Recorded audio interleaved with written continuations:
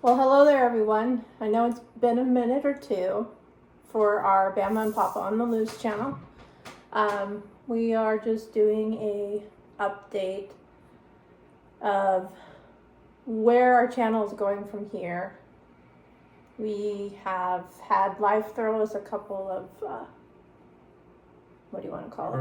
Hurdles. Turtle hurdles. And our plans and everything have taken a different direction. So we're both here. I'm just here to kind of go through what we're going to do, and with Todd's permission, as we go through this process, which we'll get to in a minute,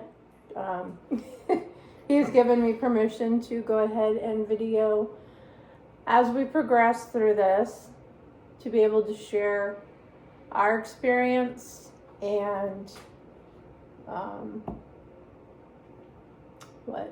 Trials and tribulations. The good, the bad, the ugly, and everything of his diagnosis that we are facing. So, do you have anything to add? No. Okay. That's it. So, as you all know, life can change. The direction, path you have planned in a blink of an eye. And that happened to us back in November of last year, 2025. I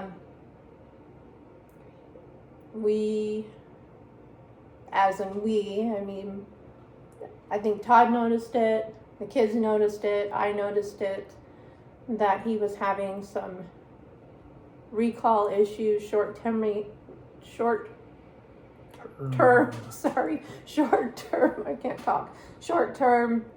memory. And we've, going back 3 years at least, I think starting back in 2021-ish, we started noticing a little bit, and then as time went by, it just kind of got more progressive, and so he was getting frustrated because he would put things down and lose them and just couldn't find them. Explain just how you were frustrated. It made me very angry. Feel like you were losing your mind. I was just like, what? Yeah.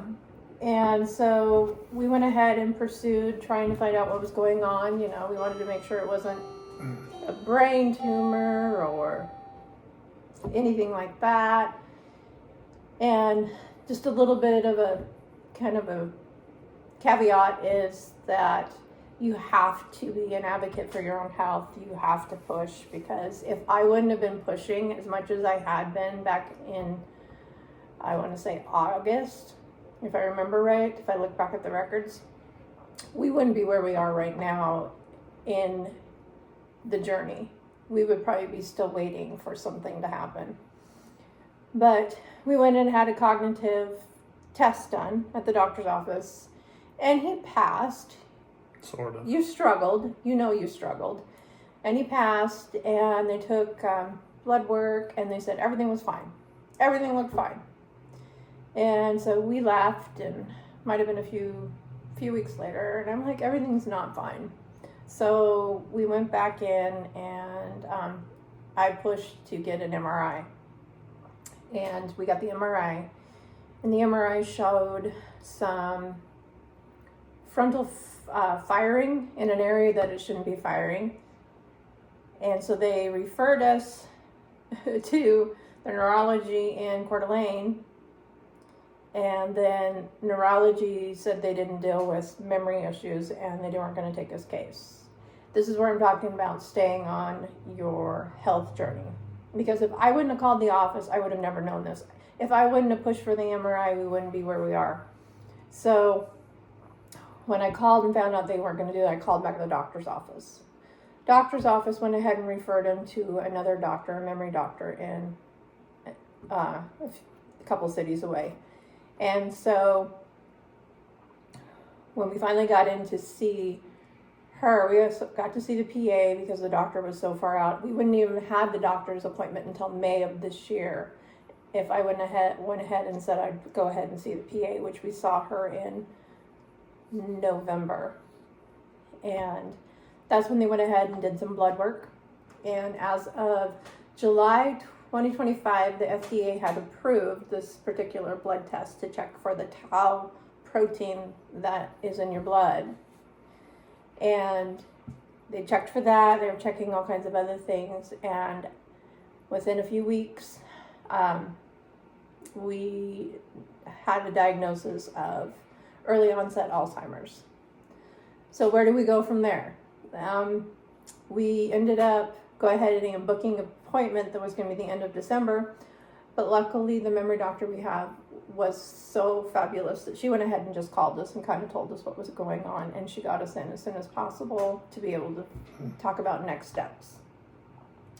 So in early December, he had a lumbar puncture to check for the amyloid protein to make sure it was coming from his brain, because they check for that too. And they did find that particular protein, and we did the gene testing that they check for the certain sequence of genes so that we can look to possibly do treatment. So that's where we're at. I mean, he's only 58, so it's very early onset. There are some downsides to having early onset. The earlier you have it, sometimes the more aggressive it is.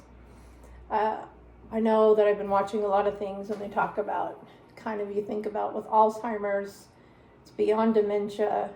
It's considered like end-stage cancer because it's brain death. I mean, your brain is dying, and so we got to try and stop and slow that down as much as we possibly can.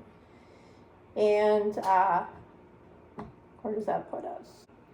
I don't want to go into too much medical. I can do a separate video on that. But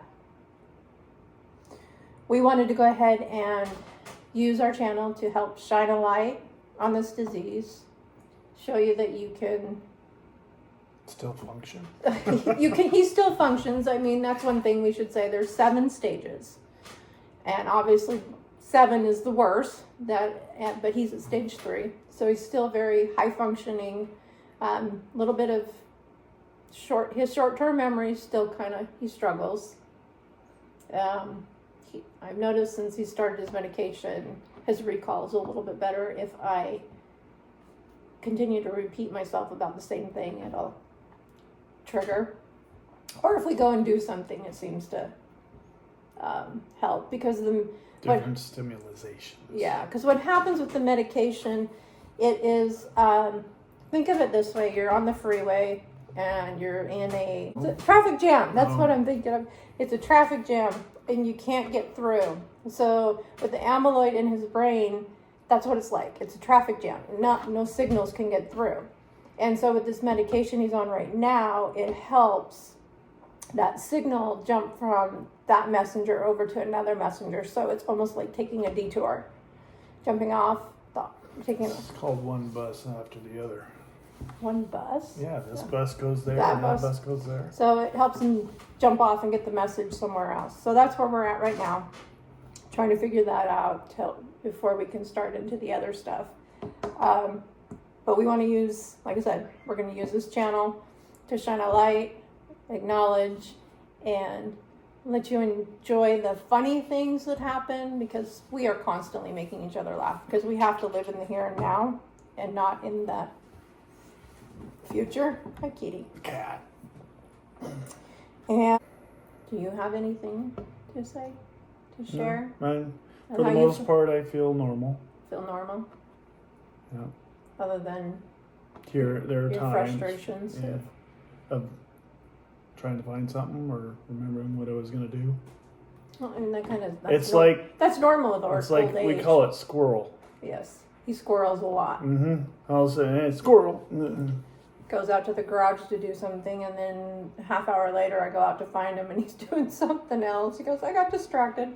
He got squirreled. Mm-hmm.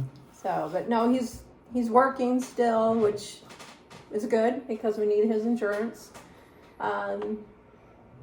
It keeps him busy, active. The more active he can stay, I honestly... Which is a very active job. His job is very active, and labor intensive. And actually, they say that's really good. The more exercise you do, the better it is. It helps kind of.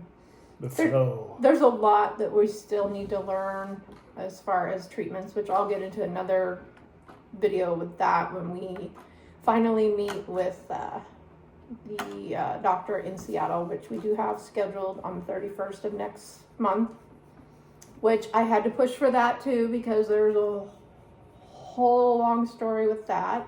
We'd still be waiting for them to get back to us on the first referral if I had not been calling constantly trying to make sure that we were getting this done because we need to keep his function I'm just staying going. on top of it. Yeah, I know. It's just you can't expect them to call you. Take care. I know they have a lot of people, and I understand that they get a lot. It just gets frustrating because sometimes You're the just a number on a right page. hand doesn't know what the left hand's doing, and that's kind of what it's been. It's been miscommunication from the doctor's office, or someone didn't do their job completely, so I have to call, or just little things. So it just gets a little frustrating. So you just got to stay on top of it. But yeah. Yes, it's a very vigilant necessity. Yes, you do. You have to stay on top of it, and otherwise Because they don't do it, you have to do it. You do. It's your health. Well, you I know, have to but do I it. mean all the keeping things Well, I rolling know, and but all that. yeah. Otherwise, they like, oh yeah. And that's why I stay on top of it. Yeah. They So- get Alzheimer's too. Huh? So that's kind of where we're at. Do you have anything? No, No. I'm just here. Stop it. Still. Still. He's still here. Yeah. Who are you? So, like I said, there's going to be good. There's going to be bad. There's going to be sad. There's going to be ugly. Good, the bad, the ugly. Yeah. It's going to be a roller coaster. So I hope you guys will join us on this journey and be kind with your comments. And hey, if you are going through the same thing, pop a comment in there and let me know. Let me know if you have started any of the treatments, the IV treatments, or anything that is, I just, more information I can have. The Alzheimer's group. It's a little scary because there's some things, with the treatments where they're putting in this medication into his bloodstream that goes with his antibodies to help remove the amyloid plaque. And as they remove the amyloid plaque out of his brain, it'll be space, and the space can be filled with, his brain could bleed, he could have a stroke, he could have a seizure. There's just lots of variances that could happen, and they have to be careful how much amyloid they take out. And when they take out the amyloid, it's removing some of the brain matter, but you don't want that much amyloid in your brain. So there's a lot. Yeah. So it's like going to Vegas and not winning anything. so that's where we're at.